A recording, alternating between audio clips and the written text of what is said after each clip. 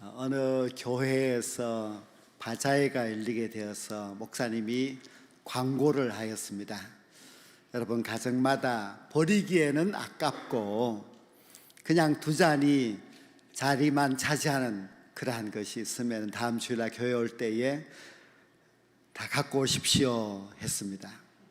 그랬더니 그 다음 주일날 아내들이 남편을 데리고 왔다고 합니다. 우리가 이번 토요일날 바자회를 있는데 남편들을 그렇게 모시고 오십시오. 팔지는 마시고 맛있는 거 사서 같이 드시면서 즐거운 그런 가정의 달, 그런 더 좋은 그런 가족 간의 사랑의 시간이 되기를 간절히 소망합니다. 우리가 신앙생활을 할 때에 좀 아쉬운, 안타까운 그런 점이 있는데요. 그래서 너무 개인주의, 이기주의적인 신앙생활을 하는 경우가 있습니다. 자기만 너무 중요하게 생각합니다. 그래서 자기의 구원, 자기가 복을 받는 것, 또 자기가 하나님의 나라 가는 것, 여기에만 너무 신경을 쓰고 남을 볼 줄 모르고 남과 같이 어울릴 줄 모르는 그런 신앙생활을 해서는 안 됩니다. 오늘 이 성경 말씀을 보면은 이기적인 신앙인이 한 사람도 없습니다. 성도들이 한 마음 한 뜻인데 모든 물건을 서로 통용하고 자기의 재물을 조금이라도 자기의 것이라고 하는 사람이 하나도 없다 했습니다. 하나도 없다 하니까 참 대단한 공동체라는 것을 알 수가 있습니다. 물건도 서로 통용하고 자기의 재물도 내 것이라고 하지 않고 같이 나눌 수 있는 그런 공동체가 여기 성경에 있다 하는 뜻입니다. 아주 신기한 이야기지요. 공산주의 국가의 이야기가 아니라 성경에 나오는 성경의 교회 이야기입니다. 어떻게 이런 일이 있을 수 있을까 싶은데요. 이들이 누구인가 하면은 본문의 시작을 보면은 믿는 무리가 그렇게 되어 있습니다. 믿는 무리가 누군가 하면은 예수님을 그리스도로 믿고 구원받아 하나님의 자녀가 된 사람들입니다. 즉 우리와 같이 예수 믿는 사람인데 이 예수 믿는 사람들이 어떤 일을 했는가 하면은 모든 물건을 서로 통용하고 자기의 재물을 자기의 것이라고 주장하는 사람이 한 사람도 없고 다 서로 나눌 수 있는 그런 사람들이었다는 말씀입니다. 우리가 예수님을 믿는다고 하는 것은 이기적인 신앙에서 벗어나는 겁니다. 우리가 예수님을 믿게 되면은 나만 생각하는 것이 아니라 남들이 보이고 또 남들을 염려하고 걱정하여서 남들을 도와줄 수 있는 그런 마음이 되어야만 합니다. 우리가 사도행전을 보면은 처음 교회가 세워진 것이 사도행전 2장 말씀에 나옵니다. 성도들이 이제 예수님을 믿겠다 하고 나서 첫 번째로 나타나는 그 모습이 사도행전 2장 44절 45절에 나오는데요. 이렇게 소개하고 있습니다. 믿는 사람이 다 함께 있어 모든 물건을 서로 통용하고 또 재산과 소유를 팔아 각 사람의 필요를 따라 나눠주며 하였습니다. 예수님을 믿자 말자 이들이 공동체가 보였습니다. 자기만 보이는 것이 아니라 예수님을 믿기 전에는 내 거, 자기 것만 자꾸 생각하고 자기가 가지려고 했었는데 예수님을 믿고 나니 이 사람들이 다른 사람들이 보였고 교회 공동체가 보여서 그 사람들의 어려운 점들이 보이고 그래서 그들에게 서로 나누어 주면서 살았다는 말씀입니다. 바울 사도가 나중에 교회를 가리켜서 그리스도의 몸의 지체들이라 그렇게 했습니다. 우리 몸에는 이제 머리부터 발끝까지 여러 가지 지체가 있는데 그 지체들이 얼마나 서로 하나가 되어 있습니까? 손이 움직일 때 온몸이 도와주고 우리 눈이 움직일 때도 온 몸이 도와줍니다.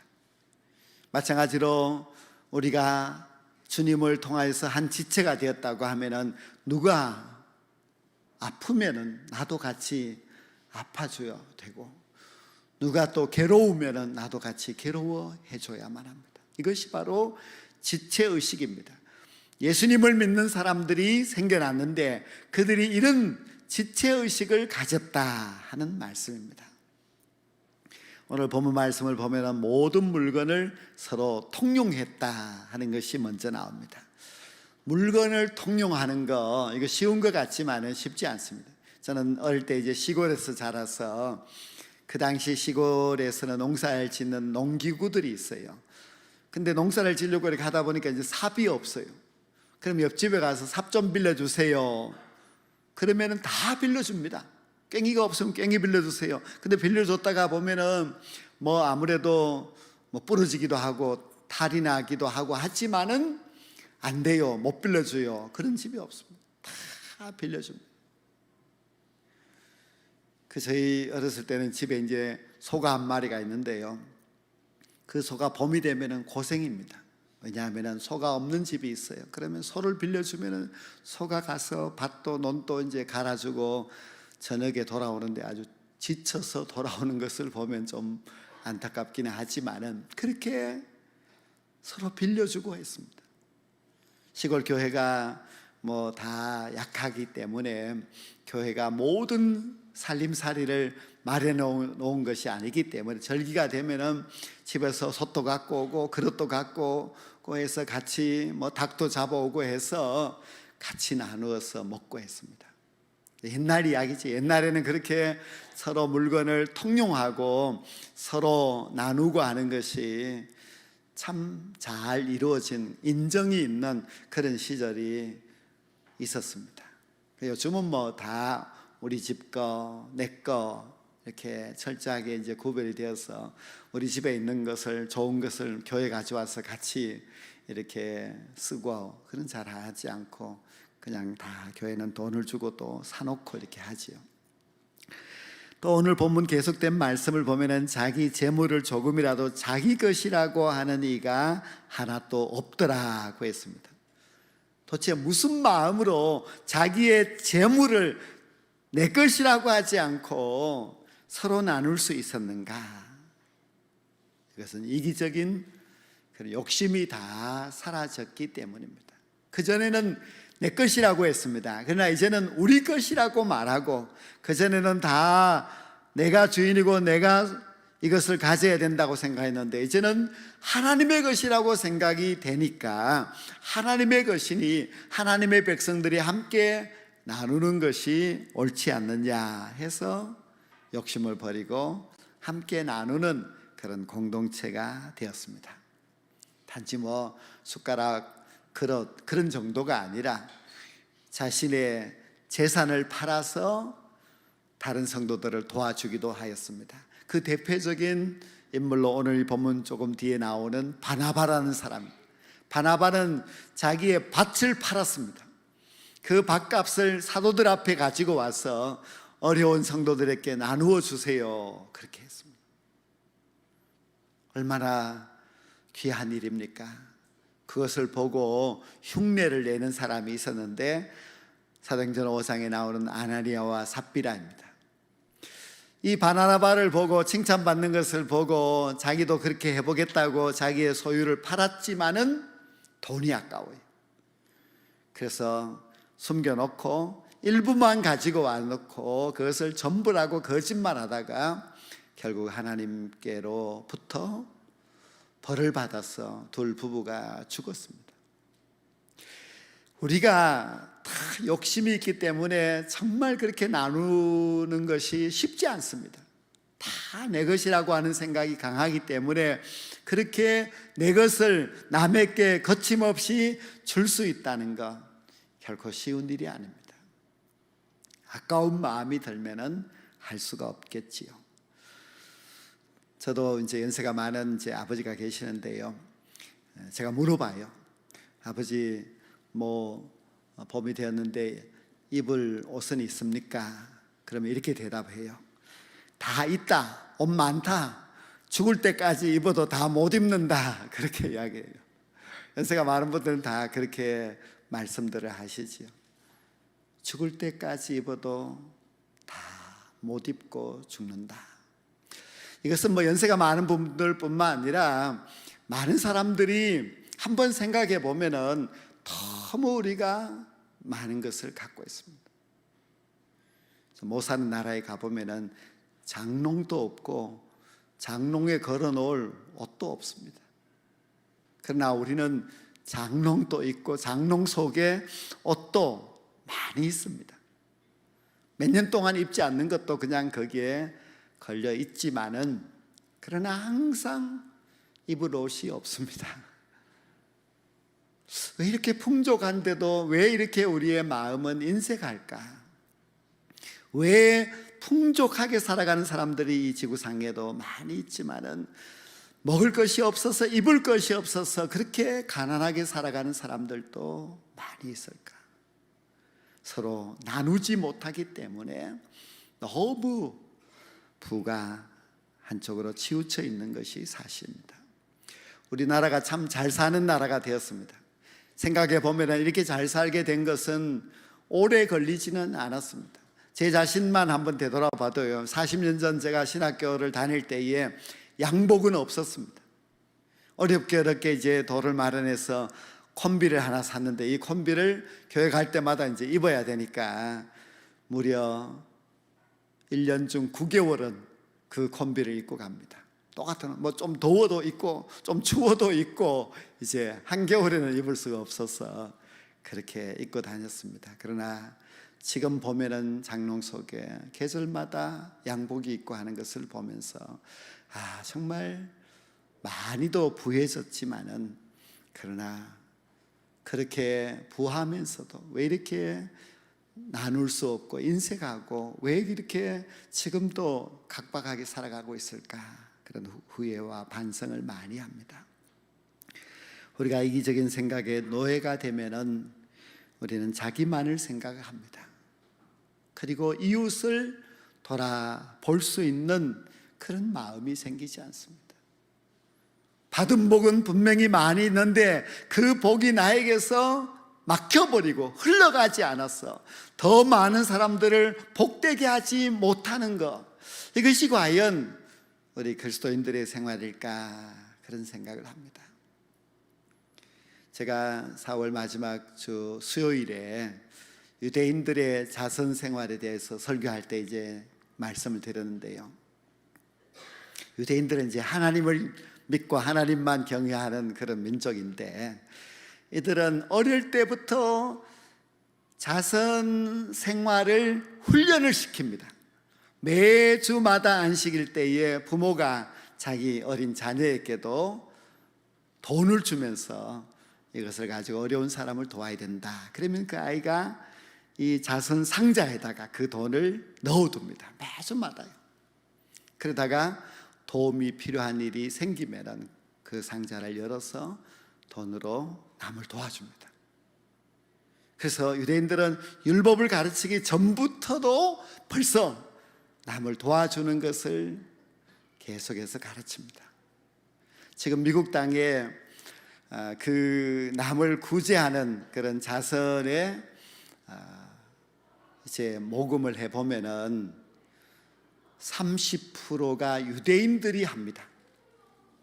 유대인들이 무려 30%나 그 몫을 차지하고 있습니다. 그럼 유대인들이 미국에 얼마나 살고 있느냐 하면은 0.2%가 살고 있습니다. 1%도 아니고 0.2%밖에 살고 있지 않는 유대인들이 전체 자선의 30%를 감당하고 있다는 것은 그들이 하나님의 정신, 어려운 이웃을 도와야 한다는 하나님의 그 말씀을 직접 실천하고 살아가는 사람들입니다.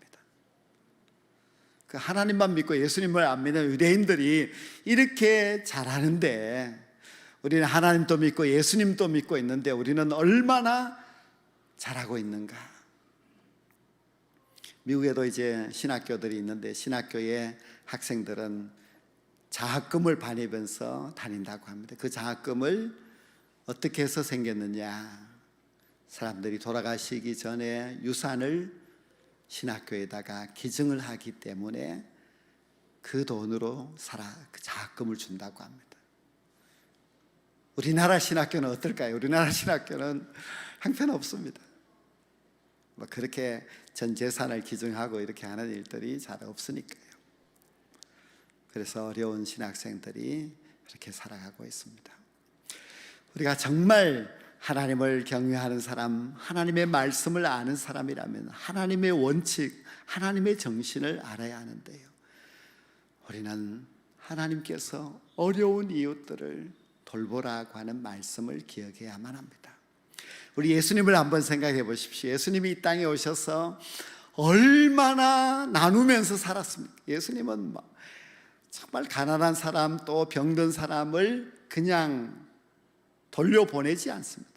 예수님은 보리떡 5개 물고기 2마리를 예수님께 갖다 드리니 그것을 가지고 5,000명이 넘는 사람들에게 나누어 주었습니다. 병자들이 계속해서 몰려왔을 때 그 모든 병자들을 다 일일이 고쳐주셨습니다. 아마 예수님이 고쳐준 병자는 수백 명이 넘겠지요. 그런데 그 많은 병을 고침받은 사람들이 예수님에게 감사하다고 사례를 받아서 예수님이 그걸 다 챙겨서 갈릴리 바다에 멋진 요트를 하나 샀다. 예루살렘에 자주 올라가니까 예루살렘 근교에다가 별장을 하나 지었다. 그런 말씀이 없습니다.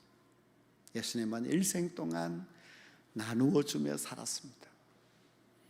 예수님은 나누어 주고 하다가 마지막에는 자기의 생명까지도 죄 많은 우리들을 위하여서 나누어 주시고 십자가에 달려 죽으셨습니다. 제가 어떤 시를 보니까 이렇게 되어 있었습니다. 주님, 당신의 생애는 그렇게도 철저한 나눔의 생애로 부서졌건만 우리의 날들은 어찌 이리 소유를 위해서만 숨이 차게 바쁜지 했습니다. 예수님은 철저한 나눔의 삶을 사셨는데 왜 예수님을 믿는 우리 그리스도인들은 그렇게 소유를 위해서 숨이 가쁘게 살아가고 있는지 모르겠습니다. 제가 아는 어떤 권사님이요, 자기가 이렇게 고백을 했습니다. 나는 가전제품 바꾸다가 내 일생이 다 갔다, 이렇게 이야기를 했어요. 무슨 말인가 했더니 또 가전제품 생기면 또 바꾸고 또 이거 생기면 이거 바꾸고, 제가 가전제품 파는 회사 싫어한다는 것이 아니고 얼마나 우리가 생각해 보면은 정말 더 좋은 것을, 더 좋은 집을, 더 아름다운 생활을 하기 위해서 우리 자신을 위하여서 살아가는 삶이 얼마나 많습니까? 그런데 오늘 초대교회 성도들을 보십시오. 그들은 소유를 위한 삶이 아니라 나눔을 위한 삶을 살았습니다. 가만히 보면 그들의 나눔은 자발적입니다. 이 자발적이라고 하는 것이 참 중요해요. 누가 시켜서 강요해서 눈치를 봐서 그렇게 하는 것이 아니고 다 자발적으로 가지고 오고 자발적으로 나누어 주고 그렇게 했습니다. 신앙은 자발적이어야만 합니다. 우리가 은혜를 받았다고 하면은 이 자발적인 생활이 정말 필요합니다. 자발적으로 하는 것이 없다면 은혜 받은 사람이 아닙니다. 봉사했을 때 자발적으로 하는 사람이 은혜 받은 사람이지, 억지로 하면은 그건 은혜가 아니고 보는 사람들도 참 힘들고 답답하고 그렇습니다. 자발성이 없는 교회는 참 은혜가 없습니다. 자발성이 없는 교인들을 목회자가 끌고 가려고 하면은 이건 소를 끌고 가는 것보다 더 힘이 듭니다. 자발적으로 일하려고 하는 그런 사람들이 바로 은혜를 받은 사람입니다. 오늘 말씀의 제목이 은혜가 넘쳐 나온 사람이라고 정했는데요, 정말 은혜가 이렇게 충만하고 은혜가 넘치면은 자발적으로 합니다. 자발적으로 봉사하고 자발적으로 나누고 자발적으로 하나님의 교회를 위하여서 내 한 몸을 바쳐서 충성을 합니다. 은혜 받았다고 하는 그 증거가 무엇인가 하면 자발적으로 하는 모습, 그것이 은혜 받은 증거입니다. 우리는 믿음이 눈에 안 보인다고 그렇게 생각하지요. 믿음은 눈에 보입니다. 믿음은 우리 마음속에 들어있기 때문에 안 보일 것이라고 생각하지만요, 믿음이 있는가 없는가 다 보입니다. 그의 행함을 보면은 그 믿음을 알 수가 있습니다. 행함이 없는 믿음이 어떻게 믿음이라고 할 수가 있겠습니까? 자발적인 그런 믿음이 있는 것이 바로 진짜 믿음이고, 이 예루살렘 교회와 같이 자발적으로 나누고 섬기고 봉사하는 이 모습이 바로 은혜 받은 성도들의 모습, 은혜가 있는 그런 교회의 모습이라고 할 수가 있습니다. 우리 모두가 사실 은혜를 많이 받았습니다. 근데 받은 그 은혜가 우리에게서 멈춰버리고 도무지 흘러가지 않기 때문에 이 세상이 아름답지 못하고, 또 교회를 통하여서 그렇게 따뜻한 사랑을 받고 있는 사람들이 많지 않습니다. 물론 우리가 소유를 팔아서 나누어 주고 하는 그런 정도는 안 된다 할지라도 얼마든지 우리가 가진 것으로서 다른 사람들과 나눌 수가 있습니다. 이 바자회도 예를 들어보면, 여러분 집에 정말 나눌 수 있는 것이 아무것도 없는, 그렇게 가난하고 형편이 없는 그런 삶을 살아가고 있느냐 하면 그렇지 않습니까? 생각해 보면 나눌 수가 있습니다. 바자회를 준비하면서 저는 이런 마음입니다. 우리 교회 성도들이 정말 나눔의 마음이 그 마음 속에서 충만하여서, 그래서 나누고 싶고 도와주고 싶고, 그리고 각 전도회마다도 이것이 교회가 하는 선한 일에 내가 동참하여서 조금이라도 힘을 보태자 하는 그런 마음이 있다면 교회는 참 아름다운 교회가 될 것입니다. 우리는 예수님을 믿는 사람입니다. 예수님을 믿는 사람은 예수님처럼 나눔의 삶을 살아야 진짜 예수 믿는 사람이 아니겠습니까? 그래서 우리가 금번 바자회를 통하여서 좀 연습을 하는 것입니다. 나눔의 삶을 조금이라도 연습을 하는 것입니다. 숙덕을 한다고 하니까 우리 집사님 한 분이 쌀을 3포대를 가지고 오셨어요. 그래서 모자라가지고 이제 제가 좀 쌀 좀 기증해 달라고 이제 부탁을 또 다른 분한테 드리고 했는데요. 나눌 수 있는 그 마음, 그것이 예수님을 믿는 마음이고, 예수님을 믿는 사람들의 생각은 이제 나도 나누면서 살아야 되겠다는 마음을 갖는 것입니다. 주님은 철저하게 일생 동안 나눔의 삶을 살아가셨습니다.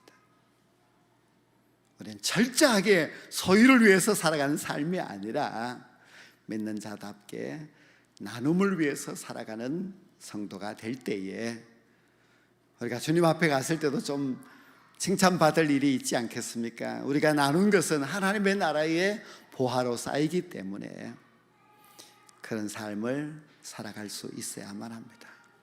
하나님의 은혜를 충만히 받으시고 그 은혜를 이제 모든 사람들을 위하여서 잘 나누셔서 하나님 앞에서 잘했다 칭찬받을 수 있는 복되고 아름다운 우리 성도들이 될 수 있기를 주님의 이름으로 간절히 축원합니다.